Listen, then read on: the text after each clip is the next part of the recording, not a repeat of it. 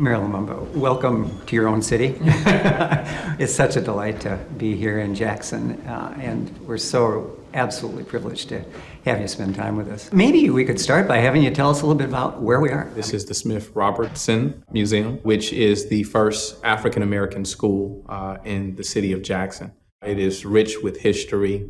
It is now a city museum that not only honors the history and the legacy of being the first African-American school, but lifts up many of the heroes and sheroes of our history in Jackson. We are celebrating the 200th anniversary of our city. And so in addition to the cultural tourism that this offers, it also celebrates that anniversary. And so we're happy to have you here, and there is no time like the present for you to be here. Our museum director pointed out that on the wall we have a large portrait of Richard Wright. I had no idea that he actually graduated from probably right where I'm sitting. This school, absolutely. We have a very strong literary history in Jackson, most especially.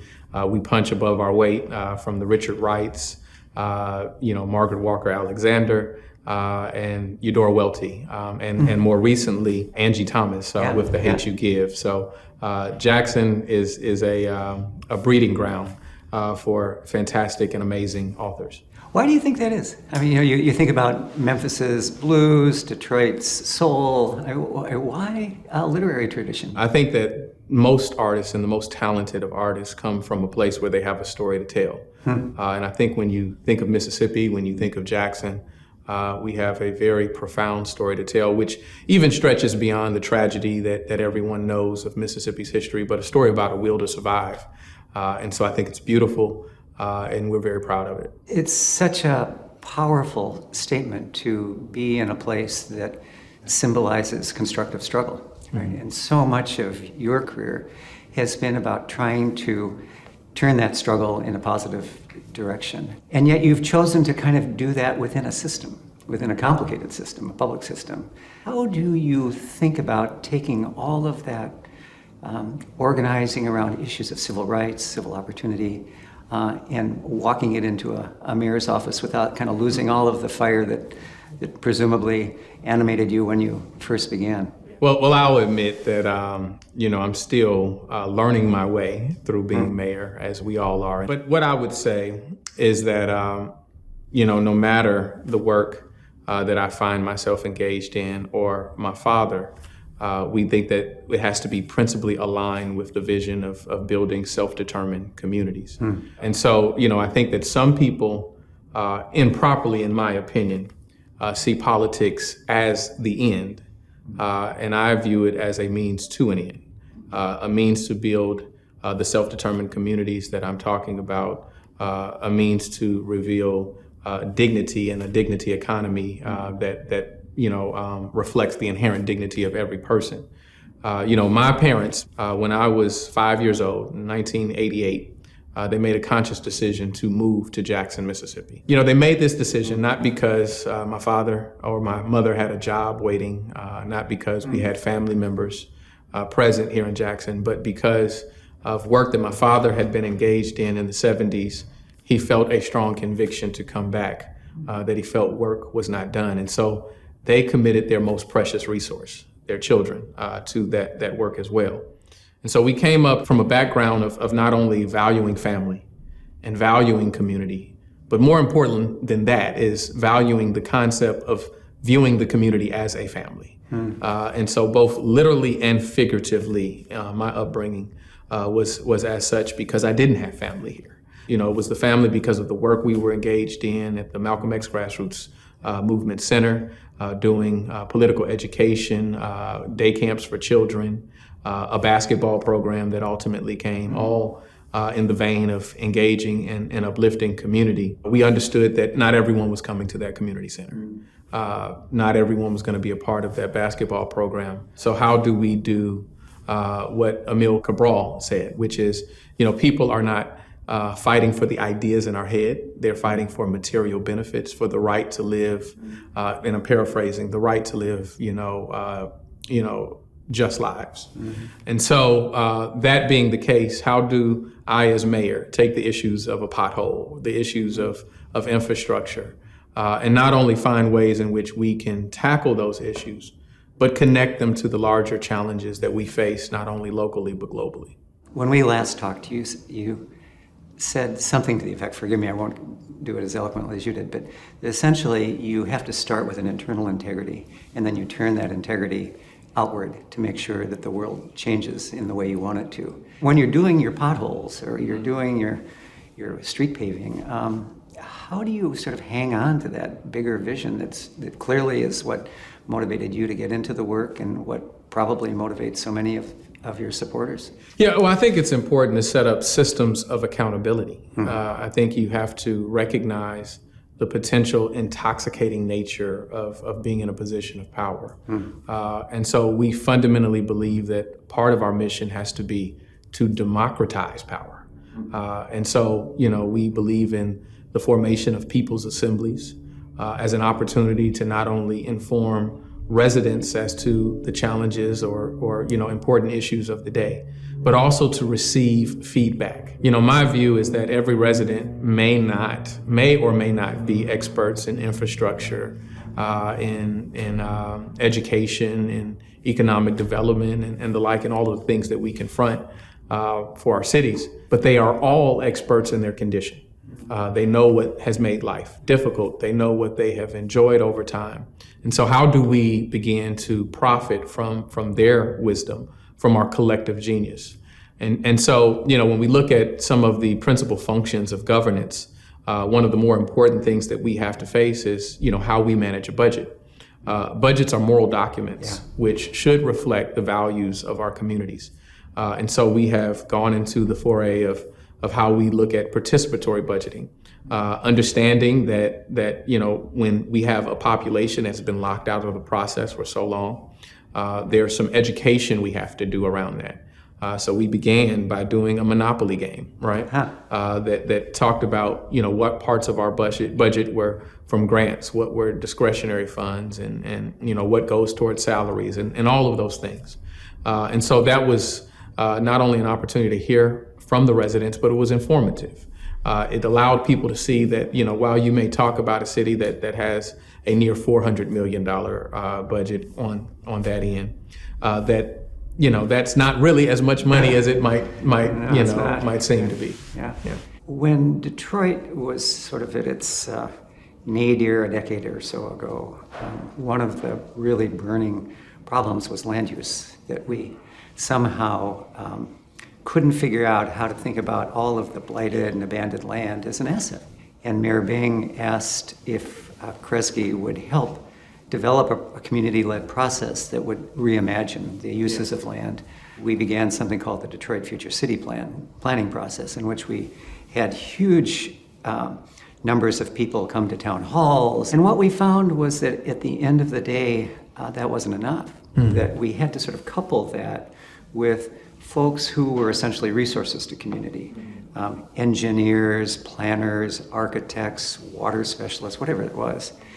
And that by creating sort of a top-down meets bottom-up process, you created a tension zone in the middle where the sort of community wisdom came up, and as you say, people understood their circumstance. They even had fairly strong views about how you might respond to that circumstance. And at first we thought that was going to set up this real conflict, that the community would be frustrated and the technical experts would be frustrated. They weren't being listened to, the community wasn't being listened to, but that this mezzo level of reconciliation of view and of perspective ended up being really interesting. It took us 4 years, but giving and taking, and we ended up creating a plan that in fact became more of an investment plan.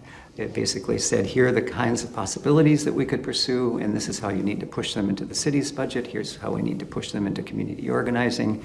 And it's actually endured. 10 years later, we actually have a plan that serves as a frame of reference for many of the decisions that City Hall makes.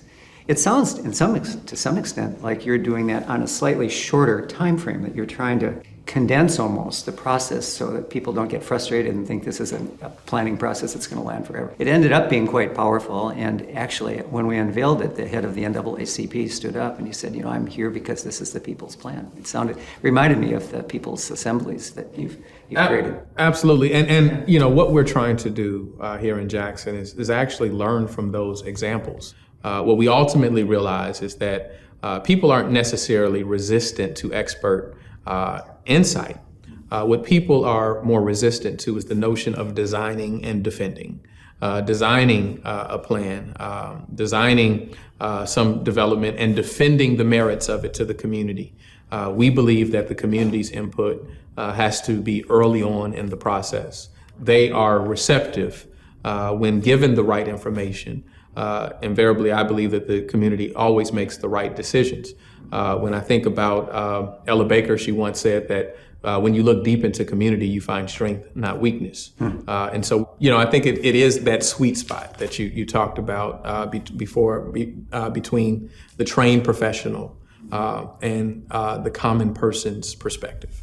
I'm smiling because we did something similar when I was in the mayor's office in Minneapolis. But it was quite different because that mezzo level of reconciliation wasn't getting done. The city council members ended up siding with the city agencies rather than with their constituents. And boy, it just created all of this anxiety and tension. And it made me wonder that it's hard enough for the community to sort of grasp these new processes and new methods of engagements. It's really hard for city officials who have been doing this work a long time and very professionally and feel great pride in their work to actually have suggested to them that maybe there's another way to do stuff. I mean, have you had to kind of go internal and recalibrate a little bit the expectations of your staff? We have. We've experienced, some level of proprietary ownership of these processes, and even to the extent that I've asked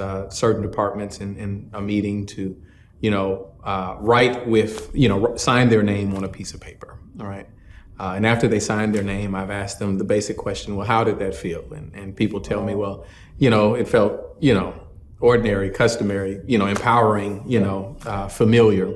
And then I asked them to do it with their opposite hand. Oops. And then, for them to reveal that it felt awkward, different. And when we are asking people to do something that is a deviation from their norm, they have all of the insecurities of what is unfamiliar to them. But, I think ultimately what we learn is that most people aren't actually afraid of change.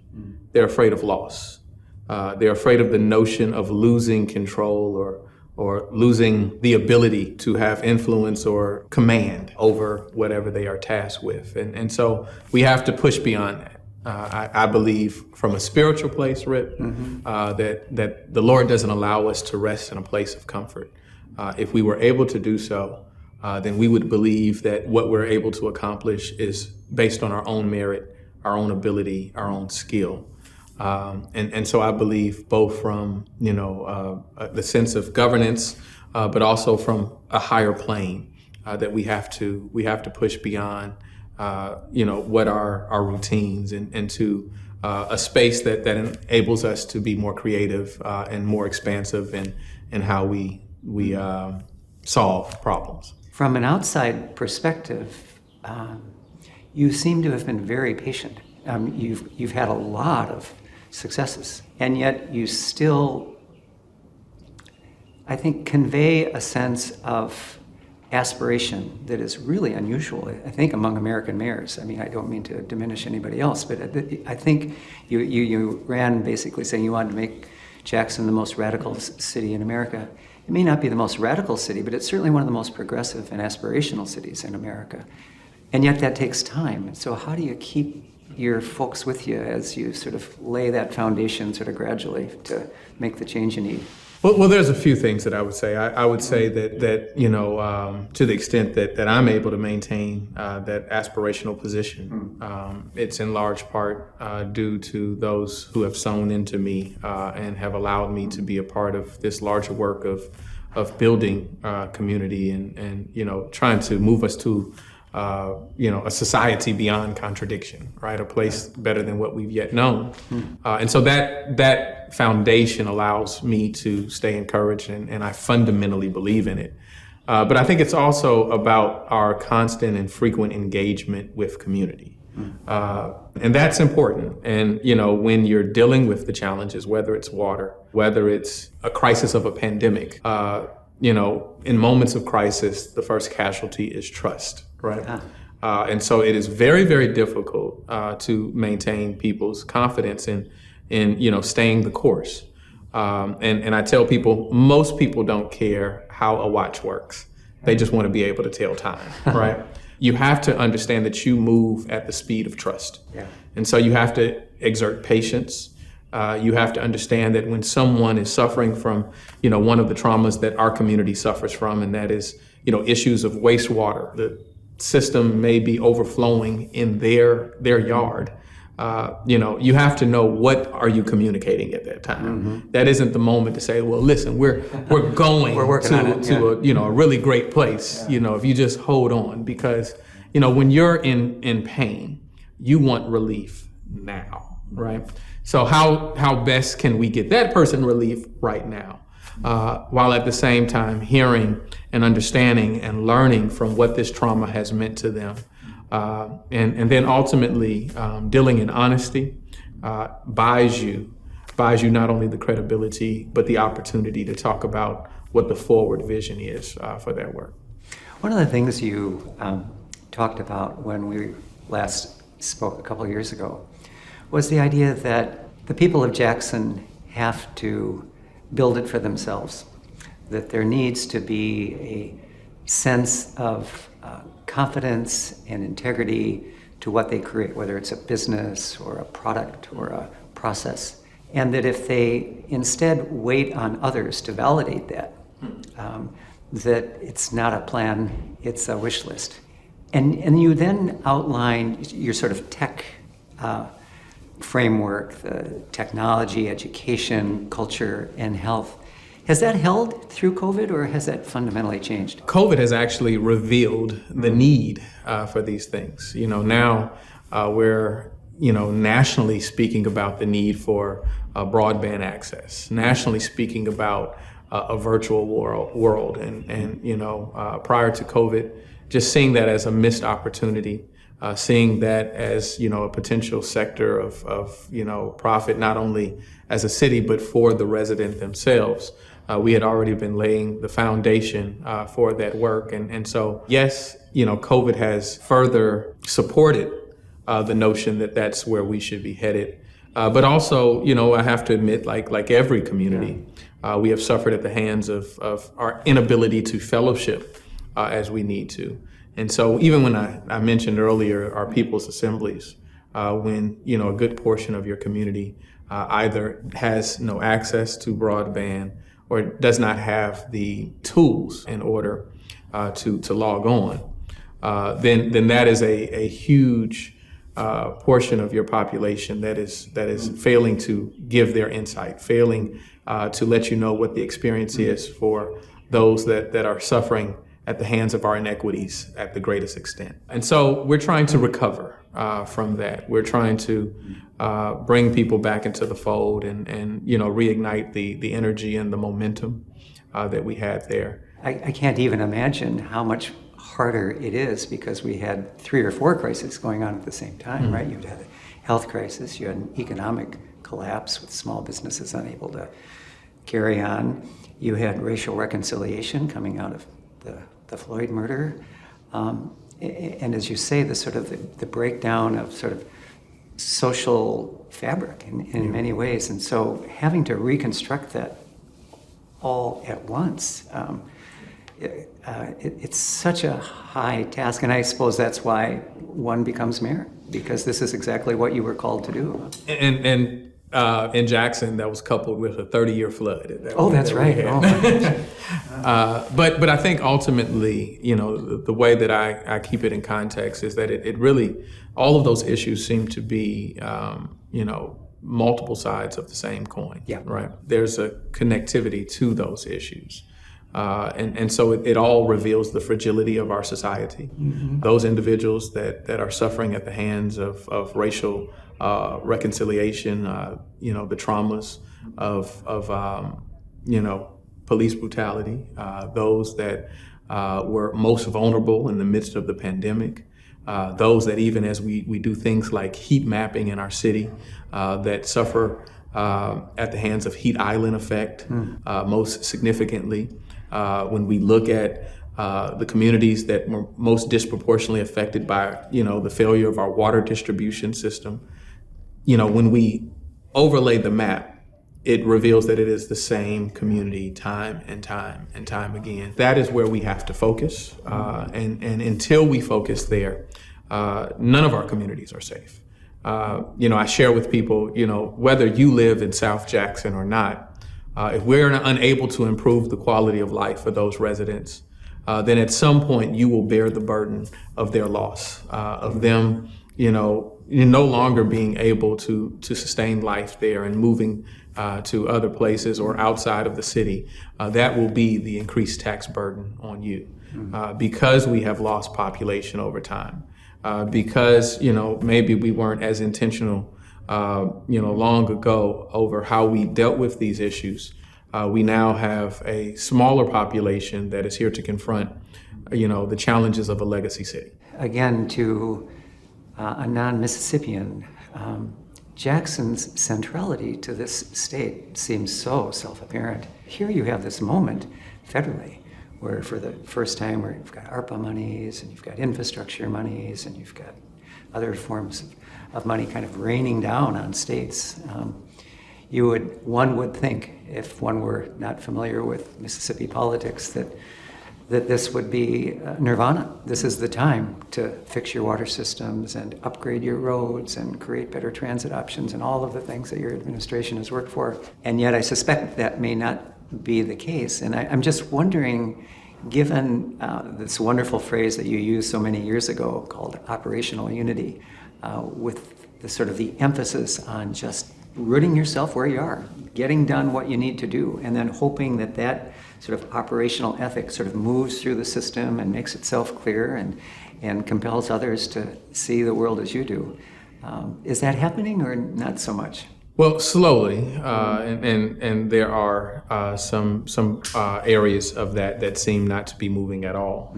It's about how do we construct a narrative surrounding our collective gain as a state. As the state of Mississippi has been losing population, what are the things that we have learned in that process?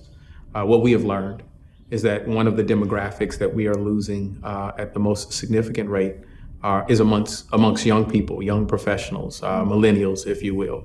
And so, we began a roundtable discussion called the Mayor and the Millennials. And so what we wanted to learn from that is what are the quality of life things that young professionals, and I'm right there at the millennial, I'm there, I just passed, right? What are the quality of life things that they hold most near and dear? Obviously opportunity, but even beyond opportunity, they like cities with, public art, right? Yeah. They like walkable cities. They like the convenience of, not even needing a car. They like urban environments. And so where we see a state that is losing population, what we are trying to emphasize is this is a moment of our collective gain. By investing in cities like Jackson, essentially a city that is 3 times larger than the next largest city, and maybe the only if amongst few urban environments that you have. Parents who now have children who are entering their young professional lives no longer have to see their children leave Mississippi. How are we representing something that makes them want to stay, and we profit off of our own genius here in Jackson from young people. So we're trying to speak to that. There appears to be a disconnect, often. And how do we, break beyond, those barriers? I'll share, in a city that is, a state that has been, historically red for many, many decades. To have, the largest city represented by a Mississippi Freedom Democratic Party candidate. Let me clarify that. Started up by, from the work of Fannie Lou Hamer. Yeah. It's difficult to see where there is agreement or where there is a shared resolve. But I think when we dive in really, at the deepest levels, we find that what we want is not too distant from one another. I want a state of Mississippi that thrives. but I want to state that also recognizes the importance and the need to invest in infrastructure like water, right? In 2022, our failure to be able to provide water to people is more than, first of all, water is neither Democratic nor Republican. And our failure to provide that isn't an issue of black or white. It is a failure to address a human right, a right to a life-sustaining resource that people need. And so sometimes that is through friendly conversation to illustrate that. Sometimes it takes a more aggressive stance, right? It's so hauntingly familiar. Every situation is different. But when I first came to Detroit, I came from Minneapolis, and this was 15 years ago. And Minneapolis had this long tradition of regional governance and good governance and suburbs working well with cities, working well with states. And so I came to Detroit, and it became clear within a week that wasn't going to happen. Yeah. That there was such antipathy in the suburban communities and the outstate communities to Detroit that the only possible response was an inside-out game. The city of Detroit had to demonstrate that it could fire on all cylinders. And I remember doing a graphic that had 9 modules of activity that I thought in 2008, 2009, right coming out of the recession and Mayor Kilpatrick's implosion, we needed to work on. And I can't tell you how many people said to me, Rip, too many. You can't do 9 things at once. You got to do one thing. You don't understand Detroit. And I said, I probably don't understand Detroit, but I do understand that you can't just do one thing. Yeah. As I hear you describe the Jackson circumstance, I just think you're just dead right in terms of operational unity. Get it right here. Demonstrate to folks who may be naysayers that this isn't a big national policy debate. This is about how you make cities work and how you make sure that people have access to healthy food and clean water and decent transit and good education. And the optimist in me says that even a red government, I think you're right, it's not partisan, but even a government that has not traditionally seen its way to Jackson is going to see that when you start producing the kinds of results that the city is going to produce. So I'm sorry, I didn't mean to lecture at you, but boy, it sure sounds familiar to me. Well, no, I appreciate that, and we're going to claim that. Yeah. We're going to claim that. And we don't have the luxury of focusing on one thing. There are, so many issues that are ailing our community that we have to deal with. And I think that ultimately where we have to go, and this is not just in Jackson or the state of Mississippi, but nationally and internationally, I might say, I think our metrics of success for government is off, right? We often base that simply on, GDP or, stock market, or whether we're building new edifice within our cities. And I think that the true measure is our ability to meet sustainable development goals, right? What is the quality of our education? What is the quality of our environment, our ability to provide fresh water, as you said, access to fresh fruits and vegetables. And as we're revealing those things to every single corner of our cities, that is a true barometer of our success and whether we are doing what we need to do. I look forward to lifting that up, as a standard in Jackson, but I think that ultimately will grab hold internationally. That reminds me also of what we talked about those number of years ago, which was sort of cooperative ownership of business. That's hard, but it sort of goes back to that core value that you articulated earlier of having value, knowing you have value, and then showing other people that they ought to invest in that value. But capital is a tricky piece of business, and it's stubbornly resistant to people's assemblies or to even a mayor kind of pounding the table. Do you have a sense of how you begin augmenting the levels of capital that are coming into the city? First and foremost, the notion of how poor people bring their resources together in order to solve the challenges of the day is not a new one, right? Yeah. And so we take from the genius and the brilliance of people like Fannie Lou Hamer, who organized poor farmers in the Mississippi, black farmers in the Mississippi Delta, to form cooperative enterprise. And so what we're doing, we're actually taking, a portion of our ARPA funds in order to incubate, cooperative enterprise. And we believe that if we have businesses that are not only able to fill the gaps that we have in our community, but have that mission of not only gaining profit, but the reciprocal relationship of investing back in community, then what you ultimately find is that you have people who are not only able to determine how they'll labor, but what the fruits of their labor will be. I actually characterize Jackson as a city that doesn't have a problem producing wealth. It's a city that has a problem maintaining wealth. And so all of the money that is made between 9 and 5 just happens to be out by 6, right? And so if we're able to, fill those voids, we're able to build enterprise that has that reciprocal relationship, then not only can we continue the narrative that Jackson is a city worth investing in, that you'll find, residents who are loyal to the businesses that exist here, but we leverage our position, right? Where we make it dangerous not to invest in our city. And so we're really excited about this notion of the incubation of cooperative enterprise and seeing what that blossoms into. That's fantastic. One of the rare disagreements I had with Mayor Bing in Detroit early on was when I showed him these 9 modules and he said, well, where's the jobs module? And I said, I think it's in all these modules, right? You have arts jobs, you have commercial corridor jobs, you have barbershop. I said, he said, but that doesn't add up to anything. He said, you need a Chrysler plant or you need something big.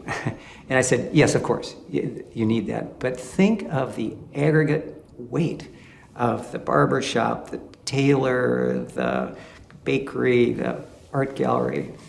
And think back, Mayor, to your Avenue of Fashion. It was the backbone of the Detroit economy. The autos, we understand that. But there must have been hundreds of small businesses all up and down the Avenue of Fashion, and everyone was owned by a Detroiter. Yeah. Everyone maybe only employed 2 people, 5 people, 10 people.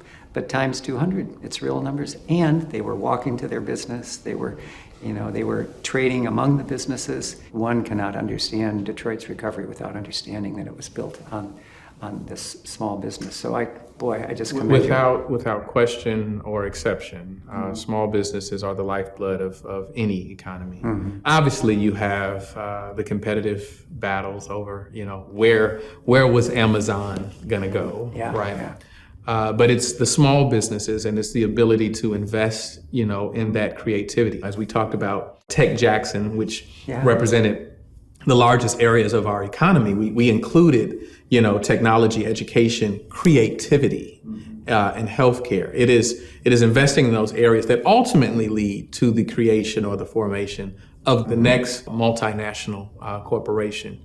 But also, by investing in those small businesses, it allows you to have, a closer connection to the culture and what is of value to your community. When we, even look at restaurants, I tell people that it's, those restaurants that provide a sense of place and unique to your city, that when people visit, they don't typically, have as much interest in the franchise restaurants as they do those that are unique and really, reveal the culture of our city. So we have to lift that up because it not only, allows our economy to flow and thrive, but it also, it is in essence who we are. Yeah. The essence of who we are as Jackson is in many ways around us, right? It is this extraordinary history of self-determination, struggle for self-determination, self-respect, dignity, the dignity economy, but also a life of dignity. Mm-hmm. And I wonder if, as you sort of step into this sort of hallowed space, how you see yourself in that. I mean, does it reinforce patience or impatience? Well, I am naturally impatient, right? and so, but that doesn't necessarily mean that we aren't planning our steps and ordering our steps in a way that is intentional. But I am intolerant of the conditions that our people are suffering from, and I think that the moment that I am no longer position in that way is probably the day that I should leave. Yeah. Right. I don't spend a lot of time, thinking about, how I ultimately, personally play a role in that. But I will say selfishly that this work is rewarding. If you go back to, what brought me to Jackson in the first place, it was my parents who had a sense of justice and injustice, right? That they had a value system that they thought that just as important as giving us food, water, and shelter was giving us sense of community. The selfish part of this is I feel that my parents live in this work and they will never leave me. This is a community that I see as being pregnant with possibilities. We merely have to nurture it. I apologize to women who, I have not had to bear the burden of childbirth, right? But as I understand it, while it is a difficult process, sometimes painful process, the reward is so beautiful. And so we're gonna go through, our pains, if you will, in Jackson. But I think what we are fighting for, what we are working towards is truly worthwhile. It is it's not just a pleasure, it's a privilege to watch, Mayor. Your work is inspiring and transcendently important. So thank you for taking the time. I appreciate it, and the feeling is mutual. Thank you.